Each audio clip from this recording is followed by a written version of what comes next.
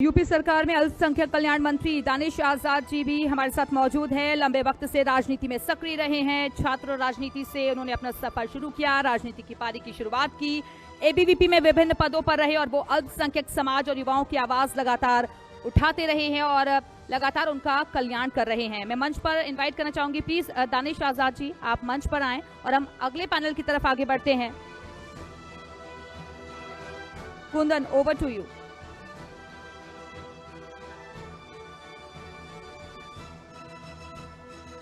शुक्रिया दिव्या। तो हमारे साथ दानिश आजाद अंसारी साहब हैं और दानिश साहब चर्चा की शुरुआत करें। बहुत बहुत धन्यवाद पहले तो आपका, आप हमारे मंच पर आए। लेकिन एक चीज़ कहा जाता है कि भाई बीजेपी जो है मुस्लिमों की पार्टी नहीं और आप इकलौते मुस्लिम चेहरा हैं सरकार में। ये कैसे संभव हुआ, पहली चीज़ ये, और क्या मैसेज देना चाहते हैं इसके जरिए कि भाई आप इकलौते मुस्लिम मंत्री हैं और सबका साथ सबका। देखिए, सबसे पहले तो मैं जी नेटवर्क का बहुत आभार व्यक्त करता हूं कि हमारे उत्तर प्रदेश के राजधानी लखनऊ में इतने अच्छे एक सार्थक विषय पे चर्चा का इतना एक अच्छा भव्य मंच आपने सजाया है।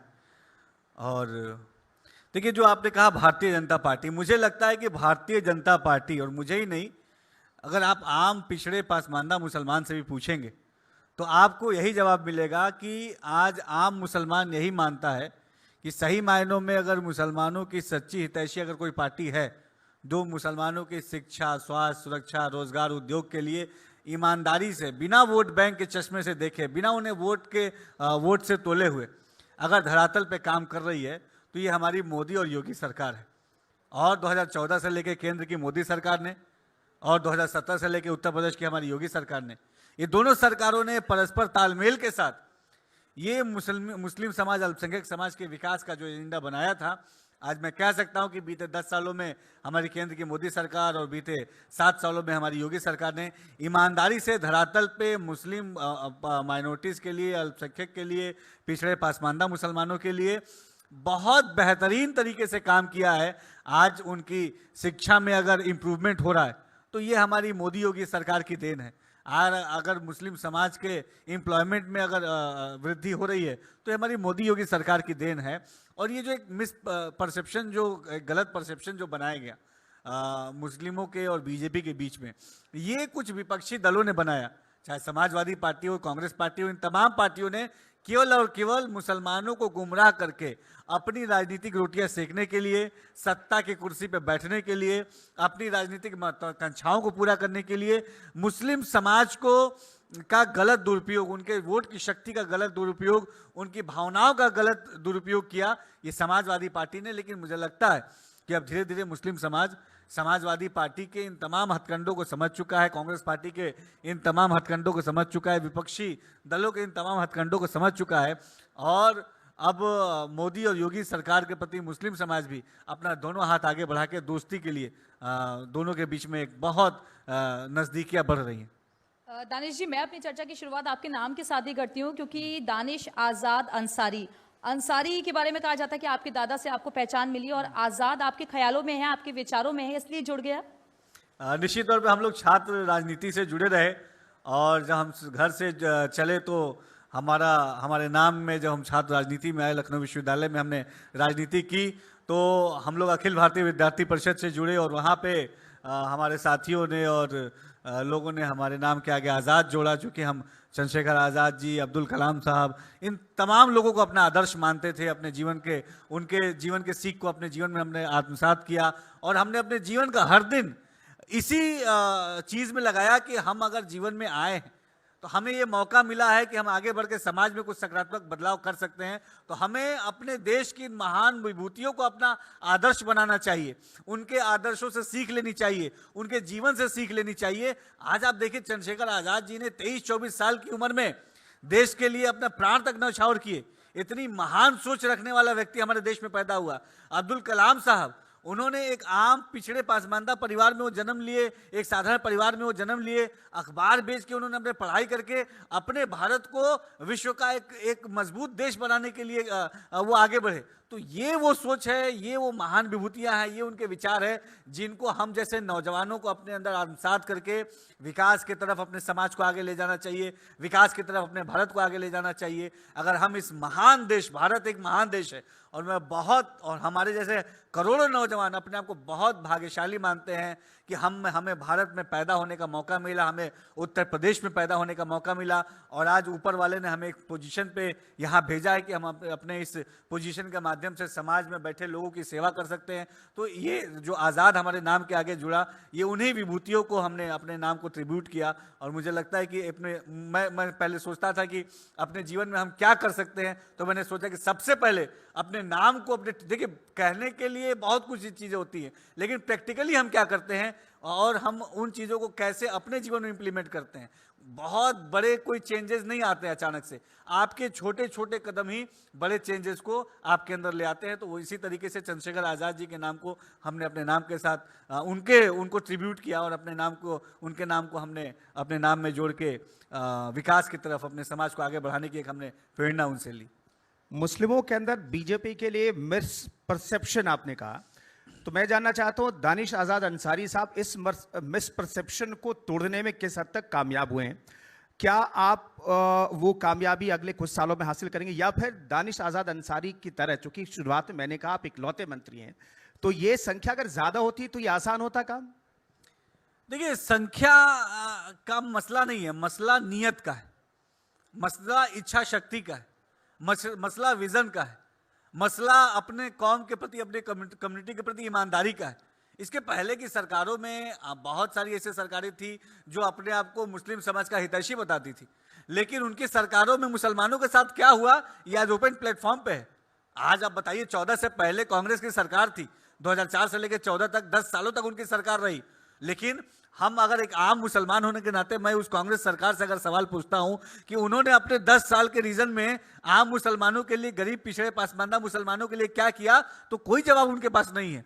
17 से पहले उत्तर प्रदेश में समाजवादी पार्टी का शासनकाल था 2012 से लेकर 17 तक, तो उस 5 साल के शासनकाल में, उससे पहले भी उनका शासनकाल रहा, उन्होंने उत्तर प्रदेश के मुसलमानों के डेवलपमेंट के लिए क्या काम किया, उनके पास कोई जवाब नहीं है। 17 से पहले भी मदरसे थे, वहां भी लाखों मुस्लिम नौजवान पढ़ने जाते थे, उन मदरसों का आधुनिकीकरण का काम वो भी कर सकते थे। 17 से पहले भी मुसलमान पिछड़ा था, उनके अल्पसंख्यक बाहुल क्षेत्रों के इंफ्रा डेवलपमेंट का काम हो सकता था। 14 से पहले भी जो हमारी मुस्लिम महिलाएं थी जो ट्रिपल तलाक से पीड़ित थी, उनके भावनाओं को, उनके दुख को वो शेयर कर सकते थे कांग्रेस पार्टी के लोग, समाजवादी पार्टी के लोग, लेकिन ऐसा उन्होंने नहीं किया। क्योंकि मैं ये कह सकता हूं कि समाजवादी पार्टी हो, चाहे कांग्रेस पार्टी हो, चाहे जितने भी विपक्षी दल अलग अलग प्रदेशों में है, चाहे बंगाल में ले लीजिए या दिल्ली में अभी इससे पहले आम आदमी पार्टी का शासनकाल था, या पंजाब में जिस तरीके से शासनकाल है, या कांग्रेस पार्टी का शासनकाल रहा जिन प्रदेशों में, उन प्रदेशों में मुस्लिम समाज के नीचे गरीब मुसलमानों की मैं बात कर रहा हूं। अगर गरीब तबके के मुसलमानों की अगर आप एक आंकड़ा निकालेंगे तो उनकी स्थिति बहुत अच्छी नहीं थी, लेकिन आज हमारी मोदी सरकार केंद्र में आने के बाद और उत्तर प्रदेश में हमारी योगी सरकार आने के बाद, या जहां जहां जिन जिन स्टेट्स में हमारी प्रदेश में हमारी सरकार है, चाहे मध्य प्रदेश हो, राजस्थान हो, हरियाणा हो, महाराष्ट्र, कहीं भी आप देखिए, वहां पे आम मुसलमानों के जीवन में एक सकारात्मक बदलाव अगर आया है तो इसका श्रेय मुझे लगता है कि भारतीय जनता पार्टी को, हमारी मोदी सरकार को देना चाहिए। ये हमारी प्रधानमंत्री मोदी जी का ही विजन है। उन्होंने 2014 में जब प्रधानमंत्री मोदी जी बने तो उन्होंने कहा सबका साथ, सबका पहला नारा दिया था, सबका साथ सबका विकास।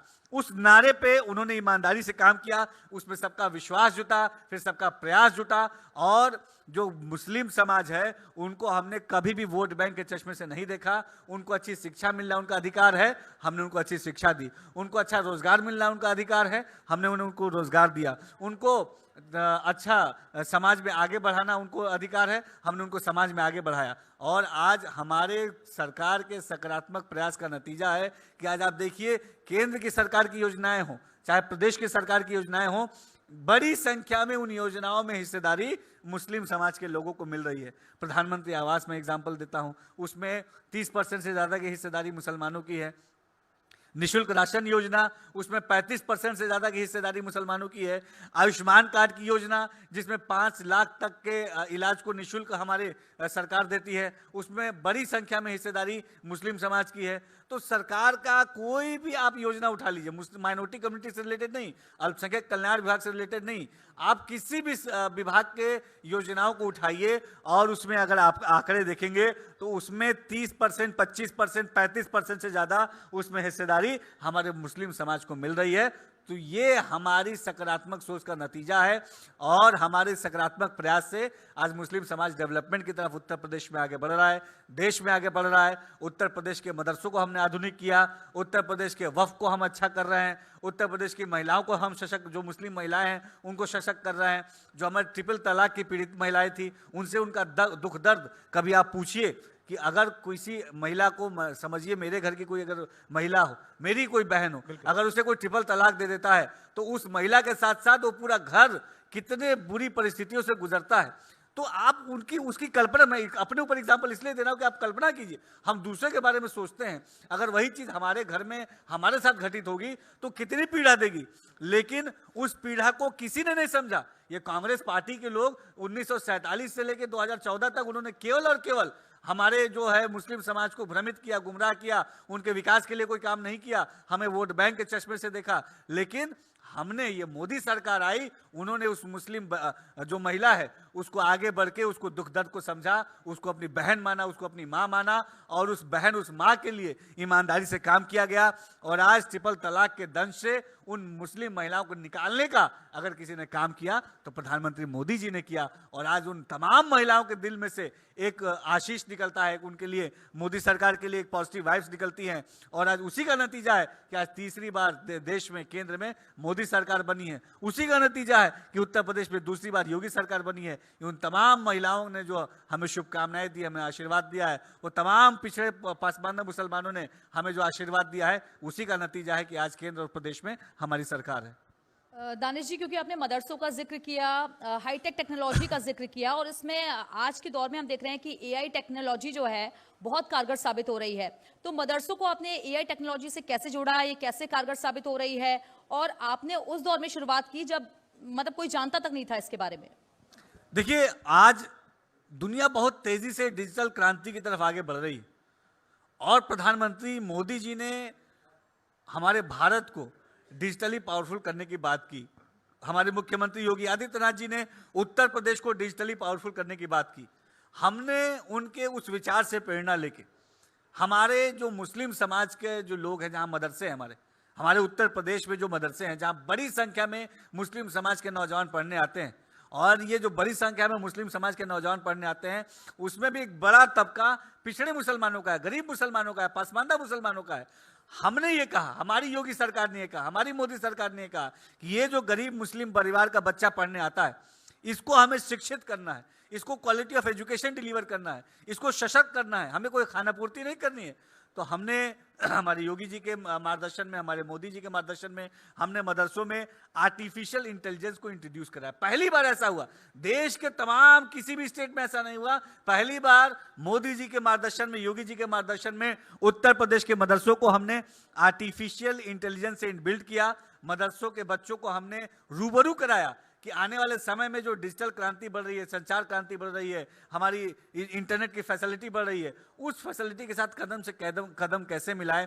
आर्टिफिशियल इंटेलिजेंस को हमने मदरसों में इंट्रोड्यूस किया। UPAI ये वेबसाइट है, आप किसी के, हमने खाना पूर्ति, इसलिए मैं बार बार बोल रहा हूँ, हमने कोई खाना पूर्ति नहीं की, आप अपने मोबाइल में भी सर्च कर सकते हैं। इस हॉल में बैठा कोई भी हमारा साथी अपने मोबाइल में सर्च कर सकता है। UPAI Uttar Pradesh artificial intelligence हमने वेबसाइट बनाई और उसके माध्यम से मदरसे के बच्चों को आर्टिफिशियल इंटेलिजेंस में हमने आगे बढ़ाने का काम किया। और सिंपल लैंग्वेज में, उर्दू में, हिंदी में हमने उसके क्लासेस अपलोड की हैं।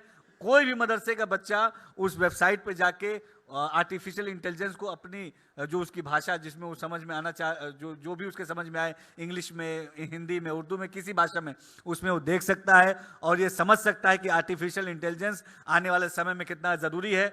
आर्टिफिशियल इंटेलिजेंस के माध्यम से अपनी शिक्षा वो अपने जीवन को कैसे वो आगे बढ़ा सकता है, इसके बारे में भी हमने बहुत गहनता से उसमें हमने उन चीज़ों को परोसा है। और मुझे लगता है कि लाखों मुस्लिम नौजवानों को ये जो UPAI Uttar Pradesh artificial intelligence की जो मुहिम थी, उससे वो जुड़ के वो अपने करियर में, अपने पढ़ाई में, अपने रोजगार में वो आगे बढ़ रहे हैं और उनको एक सकारात्मक तरीके से उन्हें एक सुविधा मिली है। बहुत सारे बच्चों के मुझे फ़ोन आते हैं, बहुत सारे बच्चों के गार्जियंस के फ़ोन मुझे पूरे यूपी भर से आते हैं और वो बहुत शुक्रिया अदा करते हैं हमारी योगी सरकार का, मोदी सरकार का, और कहते हैं कि आज जो मदरसों में सकारात्मक काम हो रहे हैं ऐसा पहले कभी नहीं हुआ। आज हमने मदरसों में SCRT का कोर्स, आधुनिक शिक्षा, कि मदरसे में पढ़ने वाला बच्चा बेशक वो दीन इस्लाम पढ़े, उर्दू अरबी फारसी पढ़े, लेकिन उसी मदरसे में पढ़ने वाला बच्चा वो मैथ्स, साइंस और कंप्यूटर पढ़ के अपने करियर में, अपने जीवन में आगे बढ़े। इसको हमने धरातल पे उतारा। आज बच्चा, मदरसे में पढ़ने वाला बच्चा अच्छी अरबी भी बोलता है, अच्छा उर्दू भी बोलता है, और उसी मदरसे में पढ़ने वाला बच्चा फर्राटेदार इंग्लिश भी बोलता है। ये हमारी सोच थी, उसको हमने धरातल पे उतारा है। आपकी प्रोग्रेसिव सोच है और आपका डिपार्टमेंट भी प्रोग्रेसिव दिखाई देता है, लेकिन परसेप्शन का बहुत बड़ा इशू है। आप सोच लें तो आप काम कर लेते हैं। मैं इसलिए कह रहा हूं कि आप अच्छा क्रिकेटर भी हैं और प्रोग्रेसिव सोच पे मैं बात कर रहा हूं, तो इस पे एक कमेंट आपसे चाहता हूं मैं। आप अच्छे क्रिकेटर हैं, अपने टीम के कैप्टन भी हैं, मुझे बताया गया। तो आज क्रिकेट को लेकर के पिछले 1-2 दिन से चर्चा हुई। हमारे गौरव हैं मोहम्मद शमी साहब, जो अच्छी गेंदबाजी कर रहे हैं, 3 विकेट भी लिया, लेकिन उनके एक विजुअल को लेकर के बहुत चर्चा हुई और यहां तक उन्हें कहा गया कि उन्होंने गुनाह अजीम कर दिया, मुकद्दस महीने में, रमजान के महीने में रोजा नहीं रख करके। इस पर आपकी सोच सर? देखिए, मैंने कल भी जब ये बात आई उस पर मैंने अपना कमेंट दिया था, और मैं इस आपके मंच के माध्यम से हिंदुस्तान की आवाज़ जन जन तक पहुंचाना चाहता हूं कि मोहम्मद शमी हमारे हिंदुस्तान की और मुसलमान की शान है और उन्होंने कोई गलती नहीं की है। देखिए, जो भी लोग ऐसी बातें करते हैं वो निश्चित तौर पे उन्हें ऐसी बातें नहीं करनी, बहुत न्यूट्रल होकर, एक मुस्लिम नौजवान, मैं मिनिस्टर होने के नाते नहीं, मैं सरकार का होने के नाते नहीं, एक आम मुस्लिम नौजवान होने के नाते मैं ये बात कह रहा हूँ कि हमें नकारात्मक चीज़ों से बचनी चाहिए। जो भी, जिन्होंने भी ऐसा कमेंट किया, उन्हें ऐसा कमेंट नहीं करना चाहिए। इसके पीछे भी लॉजिक है। अगर जिन्होंने ऐसा कमेंट किया, मुझे नहीं लगता कि उन्होंने पूरी बातों को समझ के कमेंट किया। इस्लाम में बेशक रोज़ा रखना ज़रूरी है, लेकिन रोज़ा किन किन परिस्थितियों में नहीं रख सकते हैं, इसके लिए भी क्लॉजेज हैं। अगर आप सफ़र पे हैं, आप किसी मिशन पे हैं, आप किसी यात्रा पे हैं, तो आप रोज़ा नहीं रख सकते हैं। उसके लिए बाद में आप उस रोज़ा को कवर अप कर सकते हैं। मैं नॉर्मल भाषा में बता रहा हूँ ताकि सबको समझ में आए। तो आप अगर रोज़ा किसी कारण से अगर सफ़र में हैं, यात्रा में है या किसी मिशन पे हैं, तो आप रोज़ा से आप उस समय, उस दिन आप बच सकते हैं, आप आगे उस रोज़ा को कवर अप कर सकते हैं। तो हमारे जो भाई मोहम्मद शमी हैं, वो इस समय देश की शान को आगे बढ़ाने के मिशन पे है, देश की प्रतिष्ठा को आगे बढ़ाने के मिशन पे है, और निश्चित तौर पे अगर इतने पॉजिटिव मिशन पे हैं तो उन्हें इससे रिलैक्सेशन है, आगे वो कवर अप कर लेंगे इस रोज़ा को। इस रोज़ा के जो रोज़ा उनका मकरू हुआ है उसको कवर अप कर सकते हैं। लेकिन इन चीज़ों के ऊपर उंगली उठाना निश्चित तौर पे इस्लाम नहीं है। इस्लाम ऐसा नहीं सिखाता। इस्लाम एक बहुत खूबसूरत मज़हब है। इस्लाम ने तो इतनी फ्लेक्सिबिलिटी है, इस्लाम में इतनी रिलैक्सेशन है लेकिन कुछ लोग जानबूझ के इस्लाम के बारे में ऐसा कन्फ्यूज़न फैलाने की कोशिश करते हैं। इसके बारे में एक हदीस भी है। मैं देखिए, बहुत रिलीजियस नॉलेज नहीं है, लेकिन मैं एक स्टूडेंट के तौर पे मैं चीज़ें अक्सर पढ़ता हूँ। इसके बारे में हदीस भी जानना चाहिए। अगर आपने चर्चा की तो मैं एक नॉर्मल लैंग्वेज में बता रहा हूँ कि इसके बारे में हदीस भी है कि हमारे पैगंबर मोहम्मद साहब के ज़माने में किसी मिशन पे वो अपने कुछ लोगों को भेज रहे थे, तो उस समय रमज़ान चल रहा था। तो उस रमज़ान के दौरान लोगों ने उनसे पूछा, सलाह ली कि क्या हम सफ़र पे जा रहे हैं, हम किसी मुहिम पे जा रहे हैं, हमको रोज़े से रिलैक्सेशन है कि नहीं है। तो वो मोहम्मद साहब ने, हमारे हज़रत साहब ने कहा कि आपके ऊपर है, आप रख भी सकते हैं, नहीं भी रख सकते हैं, कोई कंपल्शन नहीं है। तो कुछ लोगों ने रखा, कुछ लोगों ने नहीं रखा। बहुत देखिए छोटी सी कहानी है, लेकिन इसका बहुत बड़ा सार है। उस आखिरी पंक्ति में आपको समझ में आएगा।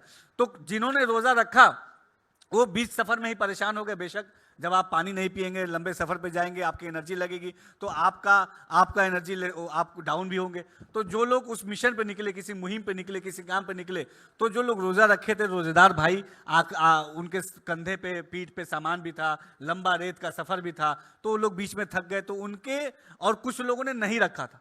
तो जो रोजेदार जो थक गए, उनके बोझ को जो रोजेदार नहीं थे उन्होंने अपने कंधों पे, उनके बोझ को भी अपने कंधों पे रखा और वो सफ़र को पूरा किया। और सफ़र के आखिरी में, दिन के आखिरी में जब वो कैंप में पहुंचे तो हमारे हुजूर ने फरमाया कि आज जिन्होंने रोज़ा नहीं रखा उन्होंने रोजेदारों से ज़्यादा सवाब कमाया, क्योंकि रोज़ा ना रखते हुए भी रोजेदारों की सेवा करके उन्होंने रोजेदारों से ज़्यादा सेवा कमाई। तो एक छोटी सी कहानी बहुत बड़ा मैसेज देती है। तो शमी भाई के साथ हम सबकी भावनाएं हैं, शमी भाई के सपोर्ट में हम सब हैं, और शमी भाई हमारी पूरी भारतीय क्रिकेट टीम बहुत अच्छा प्रदर्शन कर रही है। हमें पूरा विश्वास है इंशाल्लाह कि वो हमारी ट्रॉफी भारत में लेके आएंगे, और अब जब वो भारत में लेके आएंगे तो हम सब स्वागत करने जाएंगे भारतीय टीम का, और शमी भाई को अपने कंधों पे लेके जाएंगे, और इंशाल्लाह हमें उनकी तरक्की की दुआ करते हैं।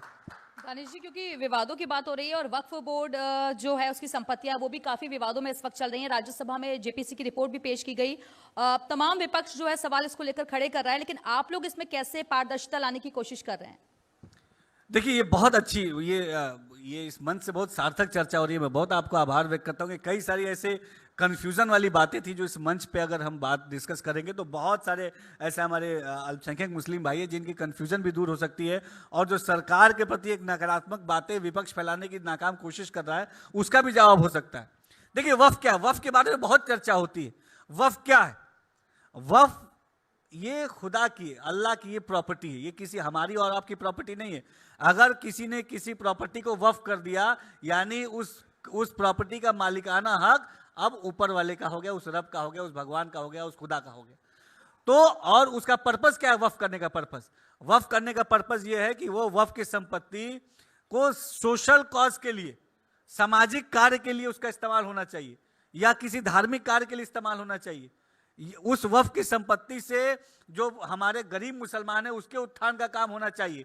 वफ़ के लैंड पे स्कूल, कॉलेज, हॉस्पिटल बनने चाहिए, जहां पर हमारे गरीब मुसलमानों को निःशुल्क शिक्षा मिले, जहां हमारे गरीब मुसलमानों को निःशुल्क स्वास्थ्य की व्यवस्था मिले।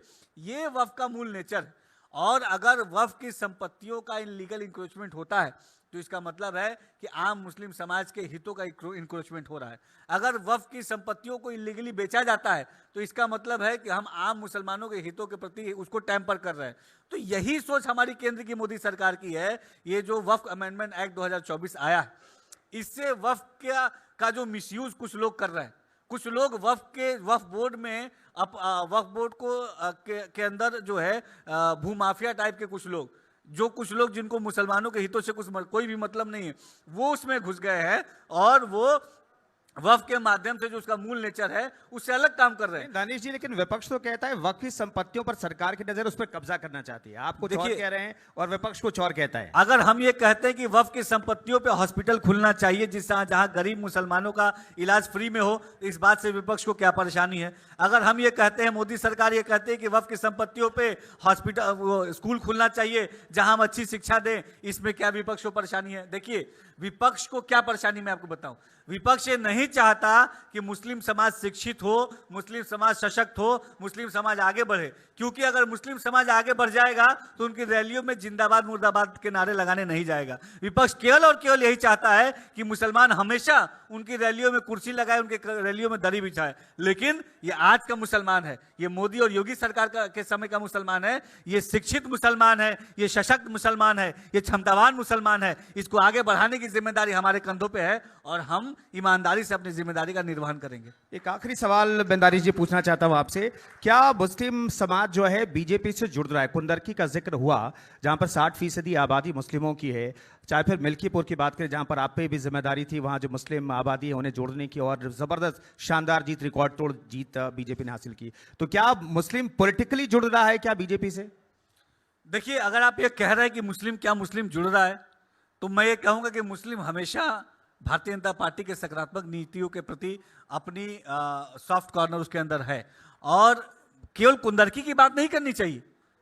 आप इस 10 विधानसभा के उपचुनाव हुए, उसमें से 5 सीटें ऐसी थी जो अल्पसंख्यक बाहुल्य थी, कुंदरकी हो गया।